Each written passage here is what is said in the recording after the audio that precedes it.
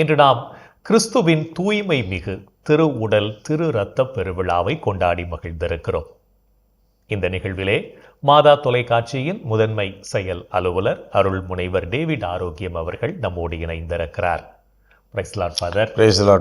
நல்லா இருக்கீங்களா? நல்லா இருக்கேன். நல்லா இருக்கிறீங்களா? நல்லா இருக்கேன். இன்றைய திருவிழா ஆண்டவர் இயேசு கிறிஸ்து இது எனது உடல் இது எனது ரத்தம் அப்படின்னு சொல்லி அன்றைய ஒரு நிகழ்விலே ஏற்படுத்தியது அவருடைய இறப்பிற்கு முன்பாக.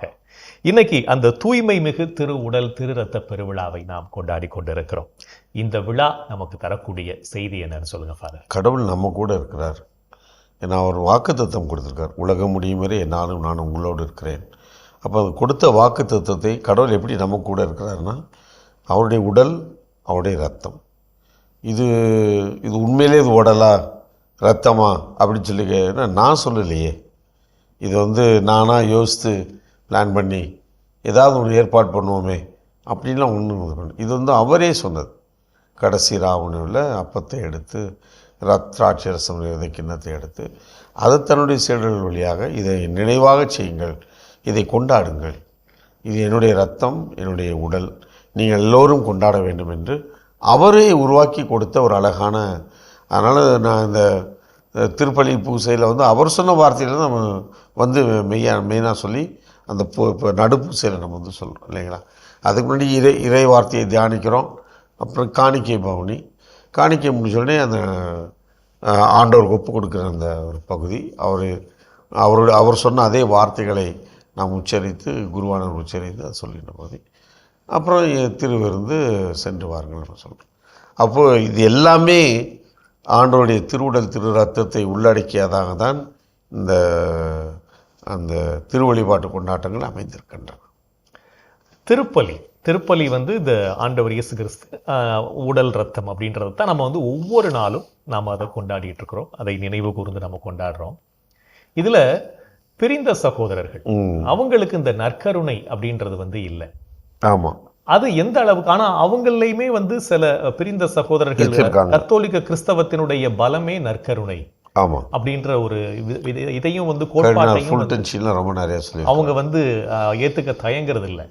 இப்படிப்பட்ட ஒரு சமயத்துல இந்த நற்கருணை கத்தோலிக்கர்களுக்கு எந்த அளவுக்கு ஒரு பலமா இருக்கு, அவர்களுக்கு ஒரு பலவீனமா இருக்குன்னு நினைக்கிறீங்க? அதாவது கிறிஸ்துவே தானே நம்ம உட்கொள்றோம். நம்ம உட்கொள்றது அது பார்க்குறதுல அப்பமும் ஒரு திராட்சரசமாக இருந்தாலும் அதில் உண்மையாகவே ஆண்டவர் இயேசுவின் உடல் ரத்தம். இது நிறைய புதுமைகளையும் ஆண்டவர் இதை வெளிப்படுத்தியிருக்கிறார். இது நிறைய இடங்களில் அந்த அப்பம் தசையாக மாறியதும் ரத்தமாக மாறியதும் அது ஒரு முழுமையான உண்மையாக நம்ம பல இடங்களில் இந்த அற்புதங்கள் நடந்திருக்கு. அப்போது அவர் முழுக்க உடலோடும் இரத்தத்தோடும் தான் நம்மோடு இருக்கிறார் என்பது 100% அதுக்கு மேலேயும் அது உண்மைதான். ஏன்னா நான் சொல்லவில்லை, அவரே நமக்கு சொல்லிக் கொடுத்தார், கற்றுக் கொடுத்தார். இதை நிகழ்த்தும்படியாக நம்ம அழைக்கிறார். அப்போ தொடக்க கால திருச்சபையிலேருந்தே பார்த்திங்கன்னா இந்த திருப்பலிக்கான முக்கியத்துவம் அப்பையிலேருந்தே இருந்து தொடக்க 1ஆம் 2ஆவது நூற்றாண்டிலே ஆரம்பித்தாச்சு, அப்பயே ஆரம்பித்தாச்சு. அதனால் இது கடவுளை நாம் எதிர்கொள்ளும், கடவுள் நம்மோடு உறவு கொள்வதற்கான ஒரு அற்புதமான வழியாக தான் நான் இதை பார்க்கிறேன். ஒவ்வொரு கத்தோலிக்க கிறிஸ்தவருக்கும் நற்கருணை அப்படின்றது ஆண்டவருடைய உடல், அது ஆண்டவருடைய ரத்தம் அப்படின்றதுல எந்த ஒரு மாற்று கருத்தும் இல்லை. அதே நேரத்தில் என்ன செய்யறாங்கன்னா, நான் பாவியாக இருக்கிறேன், நான் நற்கருணை வாங்க முடியாது, நான் வாங்க தேவையில்லை அப்படின்னு சிலர் ஒதுங்குறாங்க. இதை பத்தி என்ன நினைக்கிறீங்க? அது ஒரு விதமான ஒரு பயம்தான். இப்போ எதுக்கு தேவையில்லாமல் நம்ம அதை என்ன சொல்கிறாங்க, பாவ சிந்தனை செய்யாமல் வாங்காதீங்க, நல்ல ஒரு தயாரிப்போட வாங்குங்க அப்படிலாம் சொல்லும்போது ஒரு சிலவங்க எப்படியாவது இது எதுக்குங்க தேவையில்லை, அது நம்ம போய் எதுக்கு அப்படின்ற மாதிரியான ஒரு சில பயங்கள்.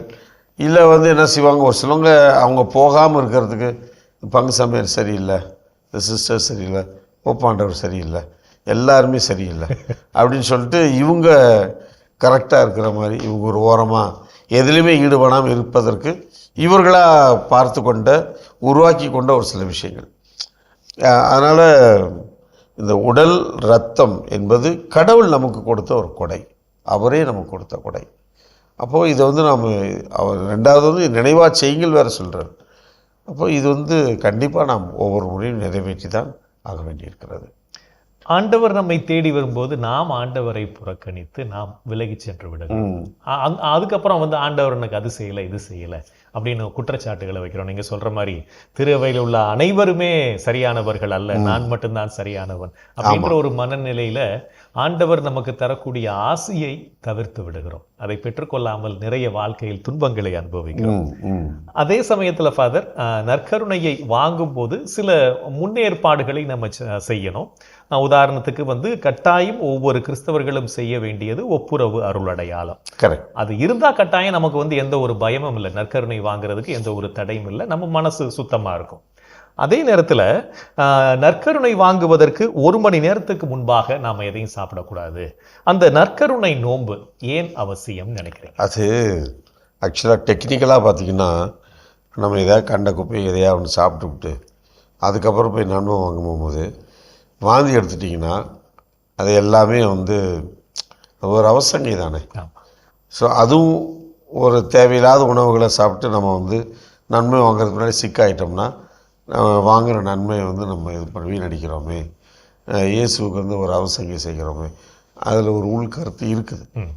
அதை மீறி இன்னொரு என்ன கருத்துனா வந்து இப்போ இந்த மாதிரி இவ்வளோ பெரிய விஷயத்தை நம்ம வந்து செய்கிறதுக்கு முன்னாடி ஒரு சின்ன ஒரு ஆன்ம பரிசோதனை, நான் செய்த பாவங்களது மன்னிப்பு, எல்லோரோடையும் நான் வந்து ஒப்புரவாக இருப்பது, எல்லாருக்கும் உந்த மனிதனாக இருப்பது, இவ்வளோ வந்து என்னென்னு கேட்டிங்கன்னா அந்த பாவத்திலிருந்து நாம் விடுதலை பெறுவதற்கு எல்லாரும் ஒரு மாதிரி இயங்குவதற்கான ஒரு வழி தான் அது. நற்கருணையை பற்றி சொன்னீங்க ஃபாதர். ஒரு ஒட்டுமொத்த திருப்பலி, இந்த திருப்பலியை இப்போ நாம் பார்க்கக்கூடிய கண்ணோட்டம் ஒவ்வொருத்தருக்கும் ஒவ்வொரு மாதிரி இருக்கு. பொதுவாக நாம் சொல்லக்கூடியது பூசை பார்க்க போகிறேன், பூசையை பார்க்கறது அப்படின்றது தான் நம்ம பொதுவாக சொல்லக்கூடிய ஒரு வார்த்தையாக இருக்குது. அது இறைவனுடைய பலி அப்படின்றத உணர்ந்து அதில் நாம் முழுமையாக பங்கெடுக்கிறோமா அப்படின்றது உண்மையிலே கேள்விக்குரிய ஒன்றாக இருக்குது. இந்த திருப்பலி ஒரு சடங்கா அல்லது சந்திப்பா? அது வந்து பெரிய சந்திப்பு, சடங்கே. அதாவது நம்ம எல்லாமே ஒரு சடங்காகவே பார்த்து பழகிட்டோம். அங்கே வராங்க போகிறாங்கன்னு சொல்லிட்டு இது ஒரு ஏன்னா இதை ஒரு காலத்தில் எல்லா லத்தீன் மொழியில் மட்டும்தான் திருப்பலி நிறைவேற்றினாங்க. முக்கால்வாசி பேருக்கு அது புரியாது, லத்தீன் தெரிஞ்சவங்களுக்கு மட்டும்தான் அது புரியும். இல்லை சரி உங்கள் தாய்மொழிகளில் இதை வந்து நிறைவேற்றுங்க அப்படின்னு திருச்சபை வந்து அதற்கு ஒரு அழகான ஒரு வாய்ப்பை ஏற்படுத்தி கொடுக்குது. அப்போ இன்றைக்கு இன்னுமே கூட வந்து பார்த்திங்கன்னா இதில் பங்கேற்காமல் எதுவுமே செய்யாமல் ஒரு மூலையில் உட்காந்துருக்கிறது தான் வந்து பெரிய விஷயமாக நினைக்கிறாங்க. அப்போது நான் அதில் போய் முழுமையாக பங்கெடுக்கணும்னா நானும் ஏதாவது ஒரு சில தவ முயற்சிகளை நான் மேற்கொள்ள வேண்டியிருக்கிறது. சாப்பிடாமல் இருக்கிறதோ. ஆனால் திருப்பலி வந்து பார்ப்பதில்லை, திருப்பலி ஒப்பு கொடுப்பது, ஆண்டவரோடு இணைந்து என்னையும் பலியாக ஒப்பு கொடுப்பது, அர்ப்பணிப்பது.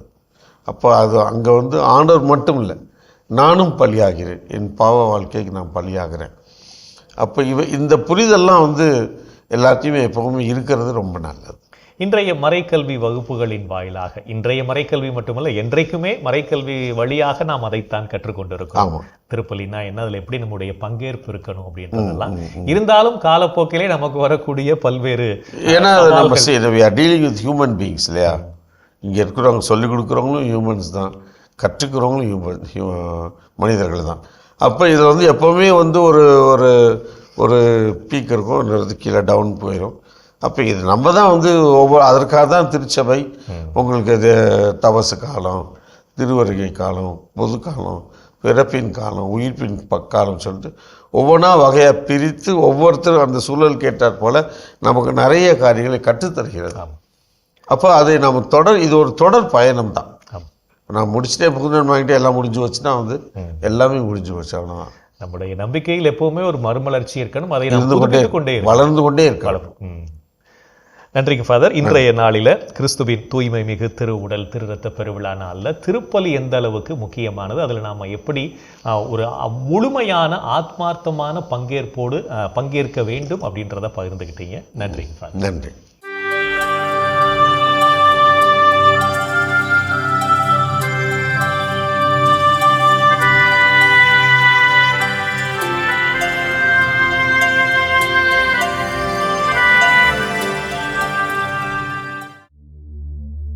இன்று நீங்கள் திருப்பலிக்குச் சென்று அதில் முழு தயாரிப்புடன் பங்கு கொண்டீர்களா? உங்களுள் இருவர் மண்ணுலகில் தாங்கள் வேண்டும் எதை குறித்தும் மனமுத்திருந்தால் விண்ணுலகில் இருக்கும் என் தந்தை அதை அவர்களுக்கு அருள்வார். ஏனெனில் 2 அல்லது 3 பேர் என் பெயரின் பொருட்டு எங்கே கூடியிருக்கின்றார்களோ அங்கே அவர்களிடையே நான் இருக்கிறேன் என உறுதியாக உங்களுக்குச் சொல்கிறேன். இன்று நீங்கள் தேவனர் கருணையை உட்கொள்ள ஒப்புரவு அருட்சாதனத்தை பெற்று உங்களை தயார் செய்தீர்களா? பாவத்துக்கு மேல் பாவம் செய்யும் அளவுக்கு பாவ மன்னிப்பு பற்றி அச்சமில்லாமல் இராதே. ஆண்டவரின் பரிவு எல்லையற்றது. இன்று நீங்கள் உங்கள் பிள்ளைகளை ஞான காரியங்களில் வளர்க்க மறைக்கல்வி வகுப்பிற்கு அனுப்பினீர்களா? நல் வாழ்க்கை வாழ பயிற்றுவிக்க பெற்ற மக்கள் தங்கள் பெற்றோரின் பிறப்பை மறைத்து விடுகிறார்கள். ஓய்வு நாளாகிய இன்று உங்கள் நேரத்தை கடவுளுக்கென்று செலவிட்டீர்களா?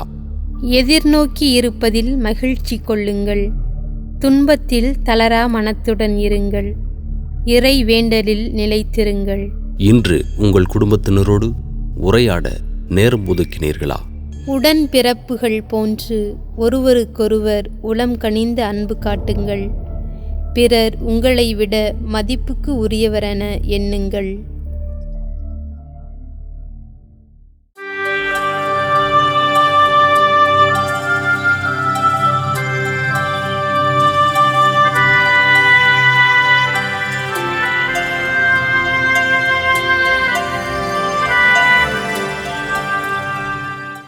எல்லாம் வல்ல இறைவனிடமும் சகோதர சகோதரிகளே உங்களிடமும் நான் பாவி என ஏற்றுக்கொள்கிறேன். ஏனெனில் என் சிந்தனையாலும் சொல்லாலும் செயலாலும் கடமையில் தவறியதாலும் பாவங்கள் பல செய்தேன். என் பாவமே, என் பாவமே, என் பெரும் பாவமே.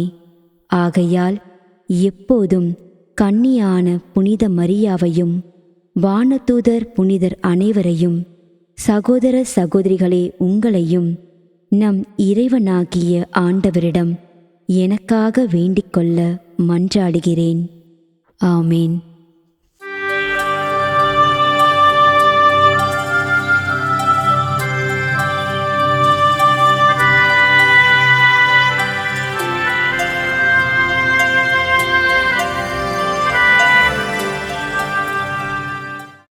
இறைவா இறைவா எமக்கு துணை புரிய வாரும்.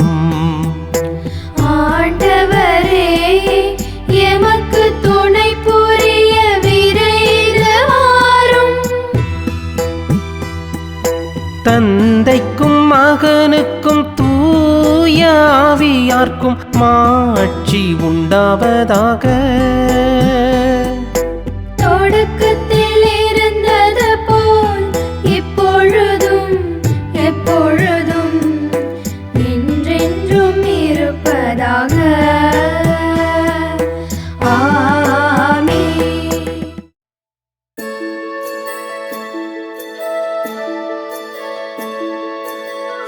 போயது பொழுது புகுந்தது இரவு, தூயனை உனது பொன்னடி தொழுது. நேயமையெல்லாம் ஏதமும் நீக்கி நீயமையாண்டு காத்தருளையா. கனவுகள் துயில் வழி காணுதல் வேண்டாம், கனவிருள் பூதமும் கண்ணுரள் வேண்டாம். சினமுறு பகைவர் முரணலாம் வெல்வார், ஈனமும் உடலில் அணுகிடாது அருள்வார். ஆதியம் தந்தாய் அருள் புரிவீரே, அமலன மகனே அருள் புரிவீரே. ஜோதியே உருவாம் தூய ஆவியாரே, தொழுதனம் உமதடி அருள் புரிவீரே. ஆமென் ஆமென் ஆமென்.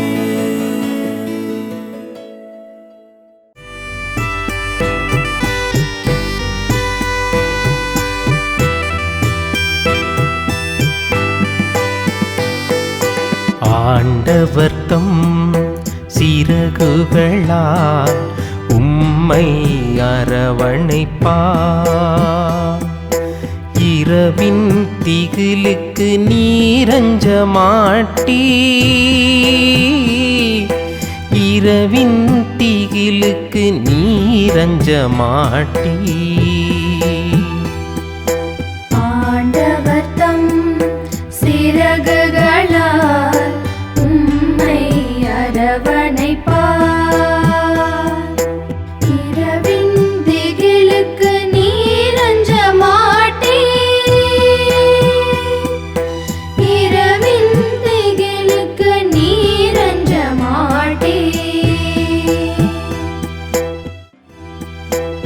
உன்னதரின் பாதுகாப்பில் வாழ்பவர், எல்லாம் வல்லவரின் நிழலில் தங்கியிருப்பவர். ஆண்டவரை நோக்கி, நீரே என் புகலிடம், என்னரன், நான் நம்பியிருக்கும் இறைவன் என்று உரைப்பார். ஏனெனில் ஆண்டவர் உம்மை வேடரின் கண்ணியினின்றும் கொன்றளிக்கும் கொள்ளை நோயினின்றும் தப்புவிப்பார். அவர் தம் சிறகுகளால் உம்மை அரவணைப்பார். அவர் தம் இறக்கைகளின் கீழ் நீர் புகலிடம் காண்பீர். அவரது சொல்லுறுதியே கேடயமும் கவசமும் ஆகும். இரவின் திகிலுக்கும் பகலில் பாய்ந்து வரும் அம்புக்கும் நீர் அஞ்ச மாட்டீர். இருளில் உலவும் கொள்ளை நோய்க்கும் நண்பகலில் தாக்கும் கொடிய வாதைக்கும் நீர் அஞ்ச மாட்டீர். உம் பக்கம் 1000 பேர் வீழ்ந்தாலும் உம் வலப்புறம் 10,000 பேர் தாக்கினாலும் உம்மை எதுவும் அணுகாது. பொல்லார்க்கு கிடைக்கும் தண்டனையை நீர் பார்ப்பீர். உம் கண்ணாலே நீரே காண்பீர்.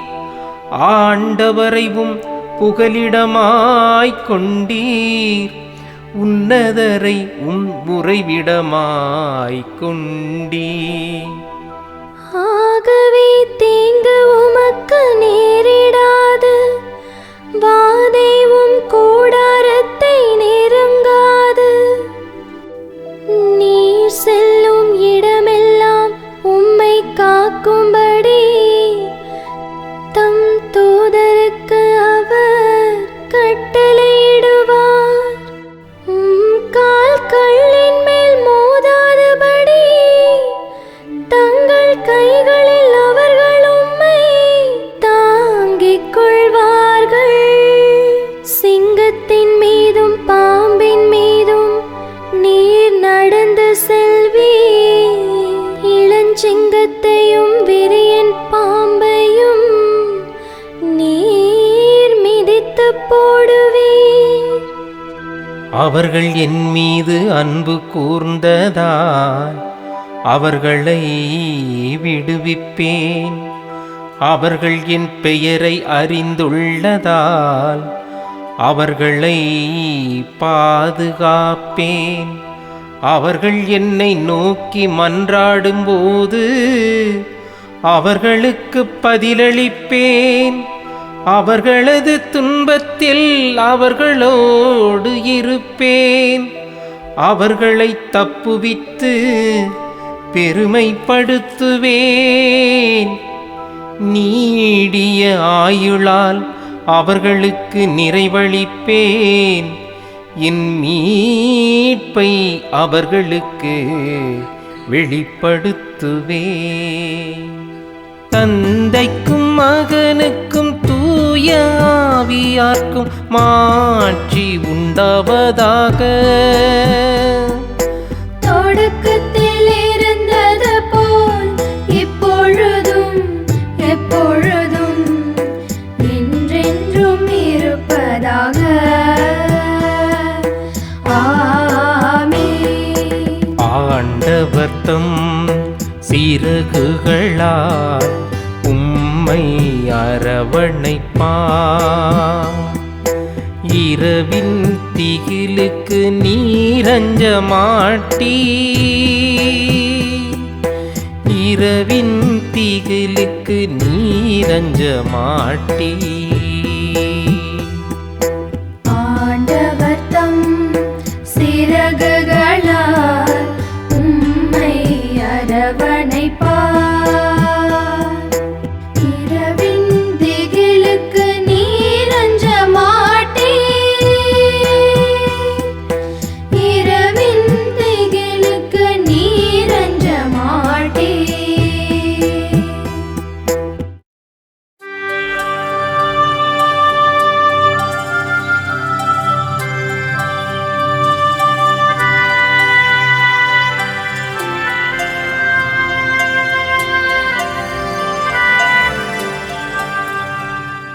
நாளைய திருப்பலி வாசகங்கள்.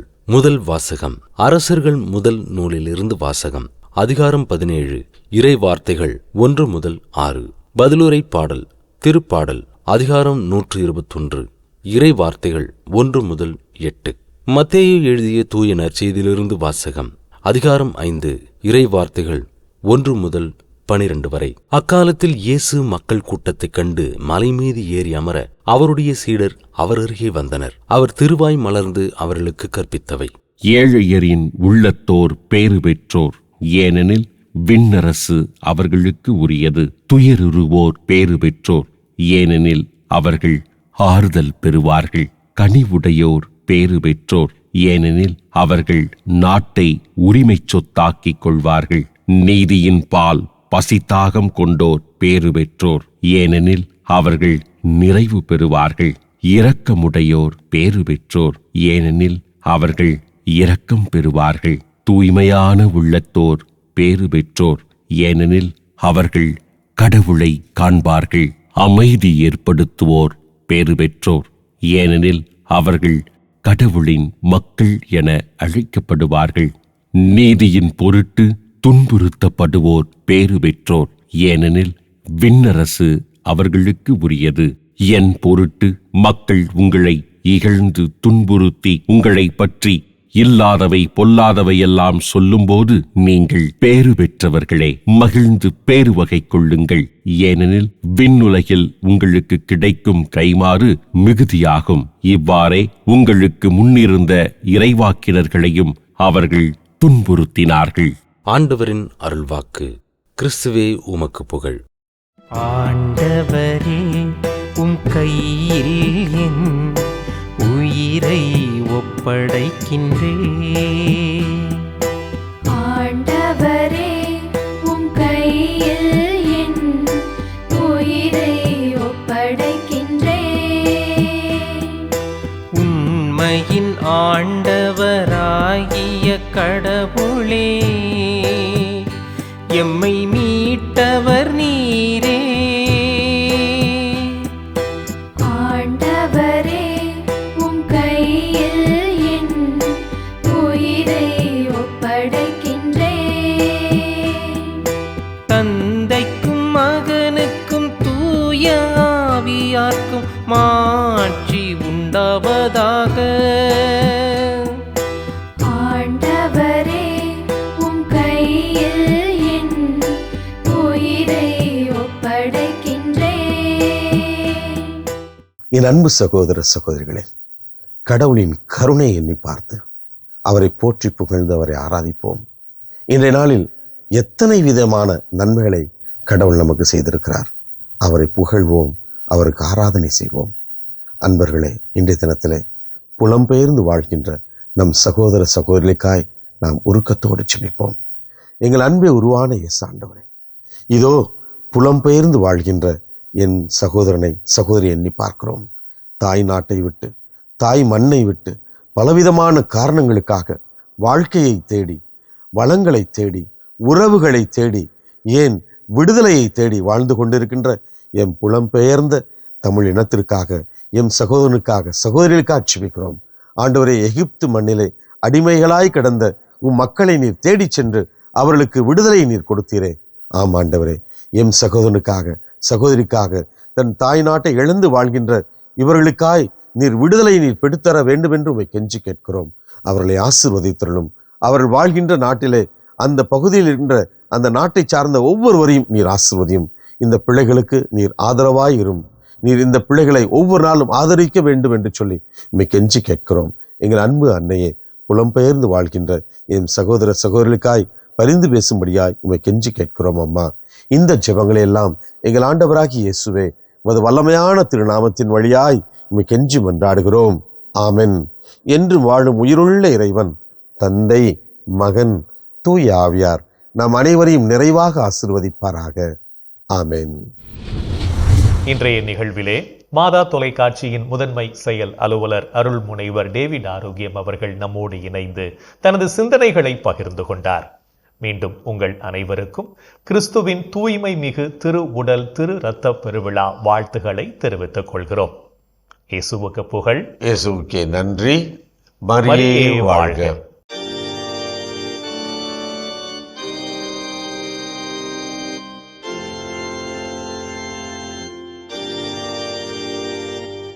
வாழ்க அரசியே,